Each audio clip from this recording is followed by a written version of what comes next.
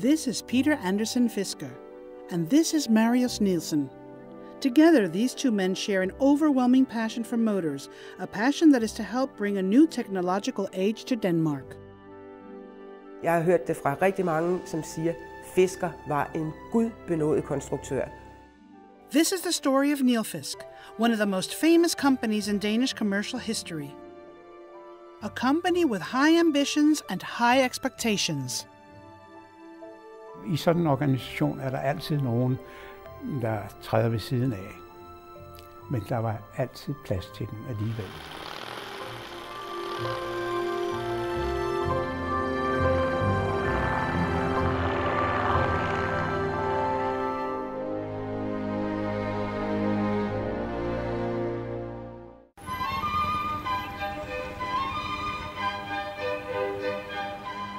Peter Anderson Fisker was born in 1875. His parents wanted him to be a school teacher, so that was what he became.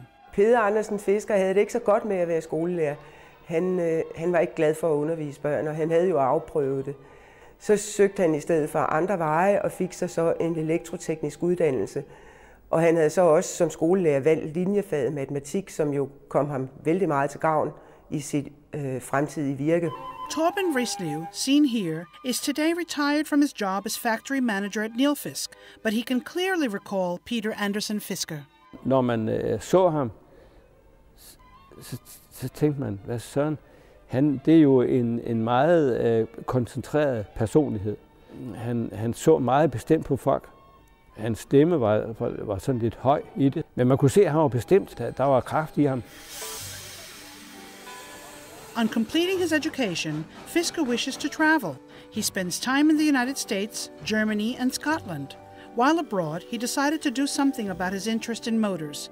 He would start his own business. His great ambition was to become a manufacturer and supplier to the markets he had just visited. Peter Andersen Fisker var jo drevet af den nye, moderne teknik, og det var jo de her motorer, som var det helt fantastiske i hans verden. Han var i hvert fald meget begejstret for sit ophold i Amerika. Og der så han jo, at der var en helt fantastisk pionerånd i Amerika. Og den har han så taget med hjem. Han har måske selv haft den, inden han tog det over. Og det bevirkede altså, at der skulle ske noget hele tiden.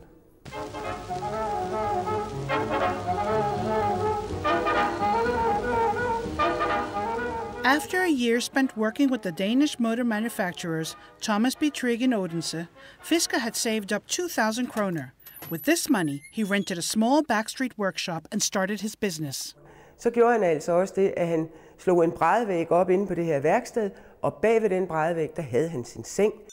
Og så kunne han jo også bare lige hoppe ud af sengen om morgenen og starte med at producere. Og de 2 første motorer, han lavede, dem lavede han faktisk til at drive sine egne maskiner med. Fisker designed his first domestic vacuum cleaner in 1910. While working for the Trigg Company in Odense, Fisker met Marius Nielsen, who was factory foreman. Nielsen invests 5,000 kroner in Fisker's firm. Fisker later patents the vacuum cleaner and buys out Nielsen's share of the business. Der er overhovedet ingen tvivl om, at P.A. Fisker har været, typen på datidens fabriksejer eller fabrikant. Det er der overhovedet ingen tvivl om. Det var sgu hans.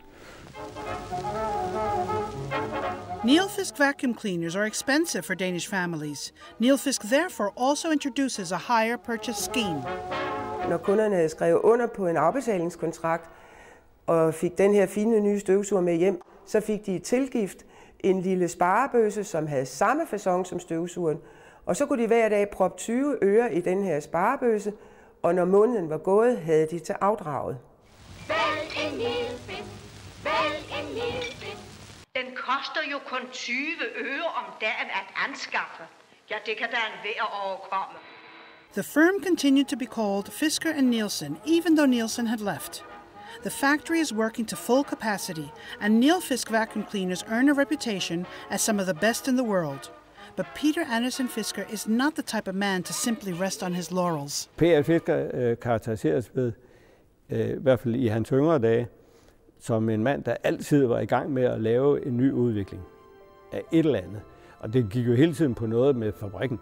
Og jeg gætter på, at han har drømt hele tiden om den fabrik, når han sov.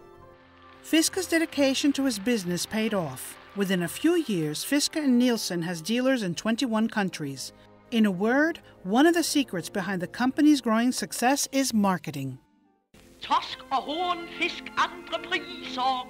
Fisk er godt, når fisk er frisk. Jeg min støjfri nilfisk viser.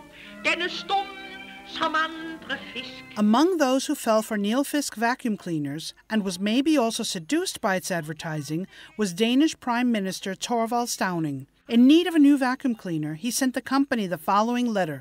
I wish to buy one of your vacuum cleaners, but in part exchange for my existing one. Kindly do the necessary. Når der kom en ny model af en husholdningsstøvsuger, og kunderne gerne ville have den nye model, så kunne deres gamle Nilfisk indgå i handlen, præcis ligesom når vi handler biler. Så blev den gamle støvsuger pudset op, og ny kul på motoren, og så blev den solgt til en lavere pris. For det var jo stadigvæk sådan, at Nilfisk-støvsugeren var meget dyr. Og der er rigtig mange helt op i 60'erne, som har startet deres husmorkarriere med en brugt Nilfisk, fordi den var så dyr. This becomes a familiar sight to most Danes. With the production of vacuum cleaners going smoothly, Fisker now throws himself into designing motorcycles. Nimbus har alle bilens fordele på 2 hjul. Den første motorcykel, Fisker han konstruerede, var han overhovedet ikke tilfreds med. Den fungerede slet ikke, som han ville have det. Og så opstod der for øvrigt også en mindre brand i den, og det var jo ikke så heldigt. Så han splittede den jo ad, og så kunne han jo bruge nogle af delene. Han var en meget sparsomlig herre, som vi tidligere har hørt, så han brugte nogle af delene fra nummer 1 til nummer 2, som er verdens ældste Nimbus-motorcykel, kaldet kakkelovnsrøret på grund af benzintankens udformning. Og det er en motorcykel, der har 7 hestekræfter, og den kostede 2.000 kroner, da den kom på markedet. Motorcycle races are becoming increasingly popular. One example is the Paris-Copenhagen race. Fisker's stovepipe motorbike covers the distance and wins the race in 28 hours. 4 hours faster than its closest rival. This Nimbus motorbike was one of the most famous of its day. On board are 2 famous contemporary Danish actors, Palle Hull and Elit Foss. In 1935, they traveled by Nimbus around the Mediterranean and sent back cables that were published in the Danish newspapers. Fisker kunne helt klart se reklameværdien i de telegrammer, der kom hjem fra de her lande rundt omkring Middelhavet, og det blev helt klart brugt for også at reklamere for, hvad motorcyklen kunne holde til. A total of around 14,000 Nimbus motorcycles were manufactured. Some 4,300 are currently licensed in Denmark, while another 500 exist abroad.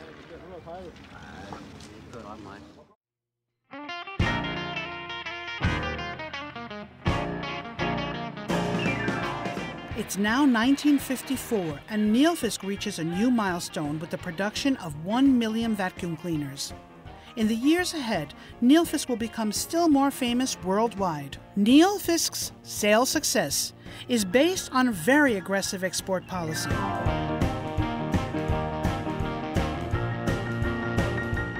Former export manager Turkel Bering joined Nilfisk in 1957 and remained with the company until his retirement in 1993.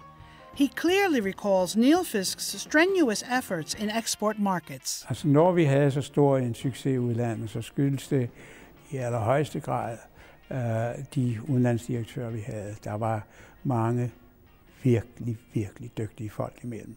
But the company is not equally successful in all markets. In the United States, initial sales are slow.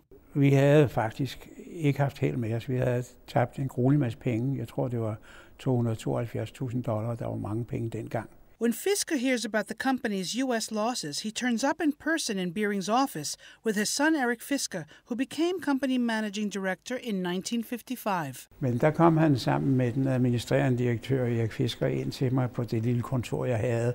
Og så satte han sig over for mig, og så sagde han, Bering, vær venlig at sige mig, tror de nogensinde, vi får de penge hjem?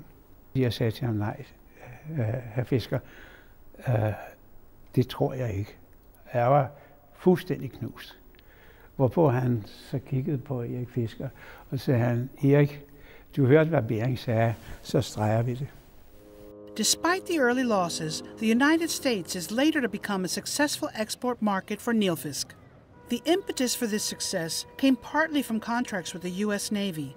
Many warships were filled with asbestos, which released fibers harmful to health. Nilfisk is already well known for its efficient filters. The British Navy, too, used Nilfisk vacuum cleaners. But one of the company's most notable successes was a supplier to the U.S. space agency NASA. Nilfisk vacuum cleaners, equipped with their unique filter systems, were used to clean NASA spacecraft. Peter Anderson Fisker's grandson, Peter Fisker Knudsen, joined Nilfisk in 1970 and becomes managing director in 1985. 4 years later, in 1989, Nilfisk is involved in Denmark's largest ever corporate takeover when the company is acquired by NKT. Today, Nilfisk is a part of NKT Holding. The role of Nilfisk vacuum cleaner as a troubleshooter for the U.S. Navy and NASA takes a new turn in 2001 after the attack on the World Trade Center and the subsequent anthrax threat.